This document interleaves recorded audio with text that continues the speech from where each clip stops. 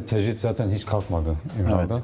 Geçtiğimiz günlerde Altın Hukuk Bürosu avukatları da Mezopotamya Ajansı'ndan konuşmuştu.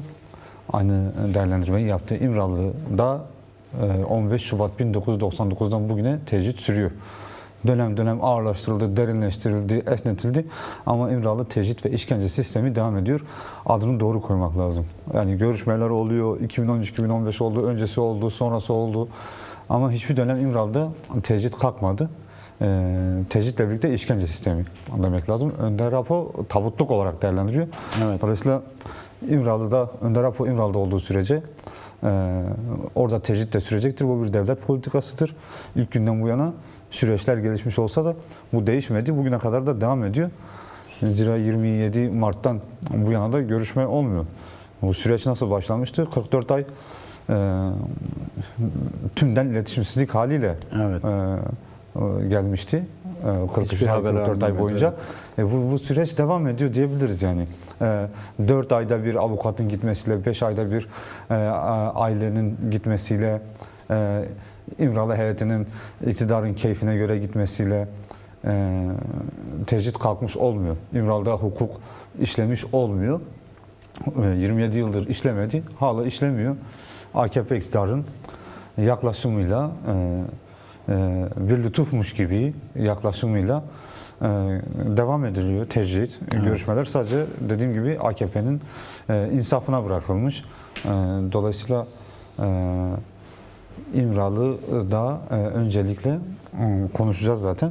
Evet. Tecridin kaldırılması gerekiyor. Bir süreçten AKP'nin samimiyet testlerinden biri İmralı tecrit ve işkence sisteminin kalkması, Önder Apo'nun İmralı'dan çıkması, İmralı sisteminin, evet, tecrit ve işkence sisteminin lağvedilmesi gerekiyor. Onun dışında Önder Apo İmralı'da olduğu sürece tecrit de sürecektir. Çünkü devlet ve iktidarın kontrolünde olan bir yerdir. Hukuk yok, bir şey yok, işletilmiyor. Bütün Türkiye hukukunu da zaten oraya göre dizayn ettiler. Dolayısıyla öncelikle İmralı'nın lağvedilmesi gerekiyor. Şimdi Bahçeli dün açıklamalarda bulundu. MHP'nin işte sürece ilişkin, yol haritasına ilişkin açıklamalarda bulundu. Bu gazetesinde de yayınlandı. Şimdi devlet ve iktidar ortaklarına baktığımız zaman 14-15 aylık bir süreç var. 27 Şubat 2025 itibariyle.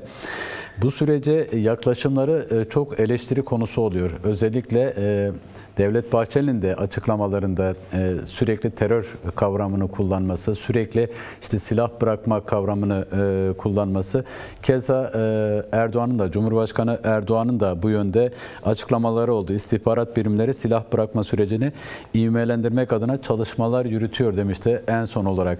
Şimdi iktidarın sürece böyle yaklaşmasının doğuracağı sonuçları öncelikle sana sormak isterim. Çünkü dar yaklaşıldı, Kürt sorunu, 100 yıllık bir Kürt sorununun önünde olduğu ve Kürt sorunun bu şekilde çözülemeyeceği değerlendirmeleri var. Sen neler söylemek istersin? Nasıl okuyorsun durumu?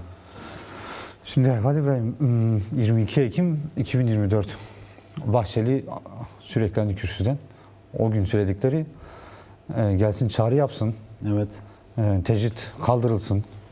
İmralı tecrit işkence sistemini kabul ettiler. Umut hakkı sağlansın sonuna kadar dedi. Evet. O günden bugüne 18-19 ay geçti. Dolayısıyla şimdi 100 yıllık bir sorun diyoruz. Kürt-Türk kardeşliği diyorlar. Yani öyle sıradan bir sorun değil bu. Sıradan bir yaklaşımı da kabul etmez. Önder Apo sık sık söyler. Bu sorun ciddiyet gerektirir. Dolayısıyla devletin ciddi olmasını gerektirir. Nasıl gelişti bu süreç? Bahçeli çağrı yaptı. Gelsin dedi. Buna birazdan ayrı bir parantez açarız. Önder Apo karşılık verdi. 27 Şubat 2025'te yaptığı Barış ve Demokratik Toplum çağrısıyla süreç bir kimlik kazandı. Önder Apo kimlik kazandırdı. O günden bugüne geliyor. 18-19 ay geçti diyoruz. Bahçeli dünkü yazılı yol haritası dediği yazısında da 7 başlıkta ele aldığı yazısında da söylüyor. Önder Apo'nun ve PKK'nın, Kürt Özgürlük Hareketi'nin hakkını da veriyor. Ama buna denk bir ciddiyet göstermediler. Süreç sadece Bahçeli'nin açıklamalarıyla sınırlı kaldı. Evet, çok yüksek perdeden, en üst şeyden açıklamalar yaptı, çağrılar yaptı. İmralı'nın yolunu açın, ben giderim dedi. Evet. Yani neler söylemedi ki, en son statüyle ilgili bir kez daha fites yükseltmişti.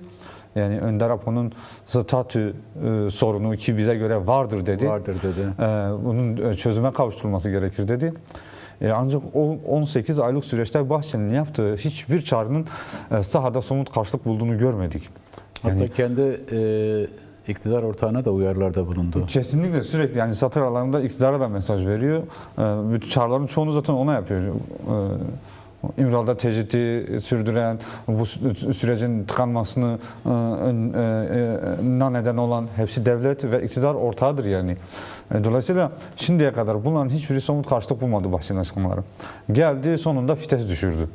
Dünkü Söylem değiştirdi. Açıklamasıyla yani hem söylem değiştirdi hem vites düşürdü. Şimdi Bahçeli en son 5 Mayıs'ta statüyle ilgili grup toplantısında aynı kürsüden, 22 Ekim'deki aynı kürsü. Mekan değişmiyor. Bu önemli. Evet. Bu kez orada fites düşürdüğünü görüyoruz yazısıyla. Dolayısıyla şimdi statüyü tartışmaya açıyorlar. İyidir, tartışılsın. Yazısında Önder Apo'nun hakkını veriyor, PKK'nın hakkını teslim ediyor. Attığı adımların nasıl bir tarihi olduğunu, nasıl tarihi fırsatlar sunduğunu, neler sunduğunu kendisi ilk 7 başlığın ilk başlığında zaten özetlemiş, anlatıyor bunu. Evet. Hakkını veriyor. Ancak kendisiyle çelişiyor. Buna denk bir yol haritası ortaya koymuyor. Dolayısıyla sürekli çokça tasfiyeye yer vermiş, Önder Apo'nun statüsünde söylem değişikliğine gitmiş, sosyal statü. Şimdi tartışılması iyidir, doğrudur diyoruz, hakkını verdi diyoruz ama şimdi yanlış tartışmak yanlış sonuçlara götürür, çok tehlikeli sonuçlar da yaratır. Dolayısıyla şimdi Önder Apo'nun statüsü derken burada yanlış anlaşılıyor sanırım. Önder Apo 15 Şubat 99'dan bugüne İmralı'dadır. O günden bugüne Önder Apo kendi özgürlüğüyle ilgili tek bir şey söylemedi. Böyle bir talebi olmadı. Önder Apo'nun hiçbir zaman kimseden bir beklentisi olmadı. Sadece statü değil, hiçbir konuda okuyoruz bol bol. Şahsi olarak evet. Hiçbir beklentisi olmadı, kimseden bir beklentisi de yok yani. Şimdiye kadar süreçte de bireysel bir beklentisi yok. Önder Apo'nun statüsü derken Kürt halkının hukuk kapısından içeri girmesini kastediliyor. Dolayısıyla Kürt halkı ne diyor? Benim liderim Önder Apo'dur diyor. Şimdi yani yıllardır bu sadece Önder Apo İmralı tecrit ve işkence sistemine götürüldüğü günden beri değil. Kürtlerde özellikle bu Nevruz geleneği başladığı günden bu yana meydanlardan yükseliyor. Bici Serok Apo sloganı yükseliyor. Bey Serok Jiyan Nabe deniliyor. Dolayısıyla şimdi statüyü halk veriyor. 60 milyon Kürt halkı var yani. Bugün Kürtler evrenselleşti, Kürt sorunu evrenselleşti. Önder Apo evrensel bir lider noktasına geldi. Nobel ödüllü insanlar bu çağrıyı yapıyor. Önder Apo'nun statüsünü halk veriyor, bu insanlar veriyor. Dolayısıyla Önder Apo statü derken Önder Apo'ya Türkiye Anayasası'nda bir tanım verin anlamına gelmiyor ki. Evet. Dolayısıyla önce bunu doğru anlamak gerekiyor. Evet. Bu yani kimsenin hakkı da değil, valla haddi de değil. Yani halk veriyor çünkü. Evet. Halkın verdiğinin resmi bir tanıma ihtiyacı yok. Evet. Dolayısıyla bence şimdi Bahçeli yol haritası açıklamış. Bence gidip Önder Apo'nun ta 2009'daki 156 sayfalık bir yol haritasına da baksınlar. Sonrasında İmralı 2013-2015'teki yol haritasına baksınlar. Yani süreç başlarken Meclis Komisyonu Fethi Yıldız'ın bir fotoğrafında Önder Apo ile 2013 ile 2015 görüşmelerinden derlenen İmralı Notları kitabı vardı. Hiç mi bakmadılar? Evet. Yani statünün ne olduğunu, nasıl bir tanım gerektirdiğini, ne anlama geldiğini herhalde çok bilince çıkarmış değiller. Dolayısıyla burada Kürt'ün hukuk kapısından içeri girmesi isteniyor. Statüden kasıt budur. Kürtler ne diyor? Önder Apo bizim liderimizdir diyor. Yani milyonlarca mektup gönderdiler. Öcalan benim siyasi irademdir diye gidip milyonlarca Kürt, Bakü'de Kürdistan'da mektuplar gönderdiler. Yani bırakın meydanları, bunu resmen altına imzasını atarak benim siyasi irademdir, liderimdir deyip özgürlüğünü talep ettiler. Evet. Bunları tek tek mektupla gönderdiler. Yani meydanları da bir kenara bırakıyoruz. Yani dolayısıyla ta bu yıl yani Kürt hareketi de böyle tanımladı, referandum Nevruz'udur dedi. Dolayısıyla bu statü tanımına yaklaşım ciddiyeti gerektirir. Evet. Budur. Yani Önder Apo'nun bireysel özgürlüğünden kasıt değil Önder Apo bunu söylerken. Yoksa ilk günlerdi. Bahçeli meclise çağırmıştı. Gelsin mecliste söylesin. Tamam, o zaman Önder Apo öyle kendi bireysel özgürlüğünü düşünseydi, tamam ben gelip Kürt hareketine çağrıyı bu şekilde yapayım. Mecliste yapayım. Grup DEM Parti grubuna çağırmıştı. Orada yapayım dedi. Hayır. Ama yapmadı. PKK kongreyi topladı, karşılık verdi, tarihi kararlar aldı. Kararlarında 3 madde var. 1. Silahlı mücadelenin sonlandırılması. 2. Fesih kararı. 3. Bu ilk iki kararın uygulanması Önder Apo'nun fiziki özgürlüğünü gerektirir. Önder Apo yürütebilir bu süreci dedi. Evet. Hala bu noktadayız yani. Bahçeli söylemlerde bir ileri gidiyor. Şimdi gelen rakamda fites düşürüyor. Dolayısıyla bu statü tanımının ciddi şekilde ele alınması, doğru temelde ele alınması ve artık şikayetlerden, meclislerden, silahtan artık orayı geçti bu süreç. Yani silaha indirgeyen tutum. Çünkü kendi Kürt Özgürlük Hareketi PKK, fesih ve silahlı mücadele sonlandırma kararı alan PKK 11 Temmuz 2025'te gelip bunu irade beyanında da bulundu. Bütün dünya kamuoyunun gözünün önünde. 200-300 kişi bizzat yerinde izledi, raporladı. MİT oradaydı, devlet yetkilileri oradaydı. Dolayısıyla artık burayı geçti. Yani sürekli silaha indirgeyen bir tutumdan artık devlet vazgeçmeli. Neyi amaçlıyorlar? Yani mantıken düşünüyoruz, anlayamıyoruz. Evet. Herkes gelsin, silahları teslim etsin. Evet. Herkes Kandil'de otursun, devletin imhasını mı beklesin? Yani bunu mu söylüyor? Ya da gelsin hapse mi girsin? Hayır, işte onu da yapamıyor. Evet. Şimdi gitse Önder Apo 2013-2015'te söyledi. Diyor ki bu durumun demokratik çözüm için bu sürecin bir hukuku, bir yasası olması gerekir. Örnek vermişti. Şimdi gerilla silahları yaktı, imha etti 11 Temmuz'da. Yani 2013-2015 sürecindeki hatlatma yapacağım. Önder Apo diyor ki devlete bunun bir yasası olmalı diyor. Şimdi gelse asker tutuklamazsa, vurmazsa suçtur. Savcı bıraksa suçtur. Evet. Şimdi nasıl yapacağız? Nasıl olacak? Bu sürecin bir yasası olmadan nasıl olacak? İmha tehlikesi var. Ya gladyolar var. Evet. Ne tür gladyolar inşa edildi? Provokasyonu açık bir hale getirdi zaten AKP, MHP. Hala yani gerillaya teslimiyetten de öte. Diyor ki ben seni imha edeceğim, sen silahları bana teslim et. Yani mantık kabul etmiyor bu durumu. Normal bir insan oturup düşünse buna mantık erdiremez, yani akıl erdiremez. Yani iktidarın şu anda öne sürdüğü şeye mantık evet. Dolayısıyla süreci tıkayan, çözümsüzlüğe iten, her şeyi kendi hegemonyasına almaya çalışan, kendi hegemonyası üzerine kurmaya çalışan, süreci de buna alet etmeye çalışan, yani kendi siyasi çıkarlarına alet etmeye çalışan bir tutum. Bu yüzden süreci de tıkıyor. İlerlemesi önündeki tek engel AKP iktidarının burada süreci silaha indirgeyen tutumu. Yani bu durum istihbarat örgütlerinin takibiyle olmaz. Bahçeli öneriyor ya, evet. Ayrı 2 komisyon öneriyor. Tam komisyonlar, evet, Önder Apo daha önce birçok kez önerdi. Hakikat komisyonları önerdi. Niye kurulmuyor? Şimdi Bahçeli'nin önerdiği 2 komisyona bakalım. Biri Cumhurbaşkanlığı Yardımcılığının başkanlığında kimi bakanlıkları sıralıyor. Bir de o da AKP Genel Başkanı Erdoğan, yani Cumhurbaşkanı Erdoğan'ın yardımcısı, tekrar süreci getirip AKP'nin tekeline koyan bir yaklaşım. Evet. Diğerinin de adının terörle mücadele koyuyor yine. Şimdi süreci sürekli terör parantezine sıkıştırmak, bu şekilde ele almak sonuç yaratmıyor. Yani bu süreç, yani İbrahim Kalın'ın İmralı heyetinin Cumhurbaşkanı Erdoğan'la görüşmelerindeki fotoğraf karesinden, yani İbrahim Kalın'ın çantasından çıkmalı. Meclisin iradesinde, yürütücülüğünde götürülmeli. Evet. Önder Apo sürekli buna işaret etti. Bahçeli keza kendisi de işaret ediyor. Ama diğer ikisi tehlikeli yani. Dolayısıyla doğru temelde, süreç doğru temelde yürütülürse o Kürt-Türk kardeşliği tekrar pekiştirilebilir, sonuç alabilir, demokratik çözüm mümkündür. Cumhuriyet'in Bu yeni haliyle- yüzyılında evet.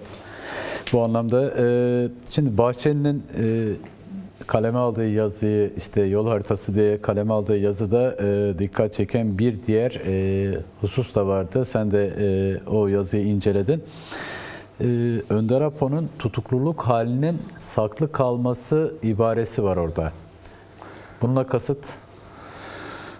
Yani şöyle diyor ki, dediğim gibi süreci terör parantezine sıkıştıran, yani biraz da kelime oyunu Evet. var. Yani o 7 başlıkta tamamını okuduğunuzda maddelerin kendisiyle çeliştiği şeyler var.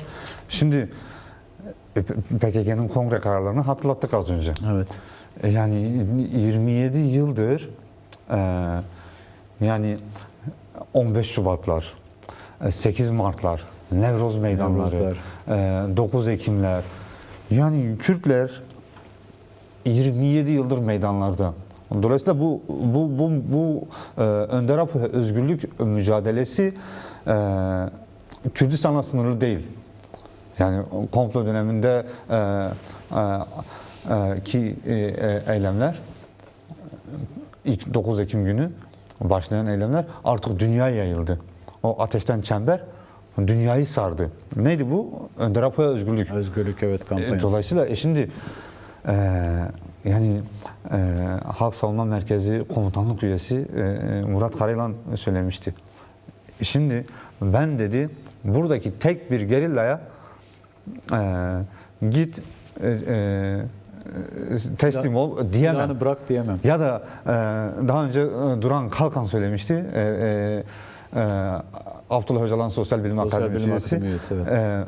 Yani ben nasıl ikna edeyim de hadi git demokratik siyasete katılmak için git evine git diyebilirim. Bu insanlar diyor Önder Apo'nun fedaileridir. Önder Apo'nun özgürlüğü için bu mücadeleye katıldı. Evet. Dolayısıyla bu insanlar Önder Apo'yu görmeden, fiziki özgürlüğünü görmeden gerillanın gelip Bakuri Kürdistan'a gitmesini kim düşünebilir? Yani Bahçeli'nin söylediği gelsin burada umut hakkı sonuna kadar sağlansın diyen Bahçeli'den yapsın. tutukluluk halinin sürdürülmesi. Evet. Ya bu mümkün mü ya? 60 milyon Kürt 27 yıldır dünyanın dört bir yanından bu talebi yükseltiyor. Gerillanın talebi başlı başına bir şey. Bir de 60 milyon Kürt'ün talebi var. Yani bu talep görmezden gelinemez. Kimse kabul etmez. Bu süreç başarıya ulaşmaz. Kendi söylediği şeye geliyor Bahçeli. İktidara sesleniyordu ya, oyalamayın, oyalanmayın. Evet. Şimdi Bahçeli hem oyalıyor hem oyalanıyor. Bu rapor onun özeti oluyor. Yani bu anlama geliyor rapor. Dolayısıyla süreci biraz daha sürüncemede bırakalım. Aynı Bahçeli yol haritası dediği metinde bölgesel tehlikelere de dikkat çekiyor. Nasıl olacak? İlk günden beri bölgesel tehlikelere dikkat çekiyor. Biraz da herhalde süreci bu tehlikeleri görerek bu çağrıları yaptılar. Dolayısıyla sen bu tehlikeleri görüyorsun, bölgesellikleri görüyorsun, Orta Doğu'da süren, derinleşen 3. Dünya Savaşı'nı görüyorsun ki Türkiye'de o çemberde nasıl olacak? Önder Apo'nun fiziki özgürlüğü sağlanmadan sürekli sabah akşam bir tekerlemeye dönüştürdükleri silah indirmeyi Önder Apo'nun silaha indirgen şey, Önder Apo'nun fiziki özgürlüğü, yürütücülüğü, yöneticiliği, yönetimi olmadan nasıl devreden çıkaracaksınız silahı? Evet. Dolayısıyla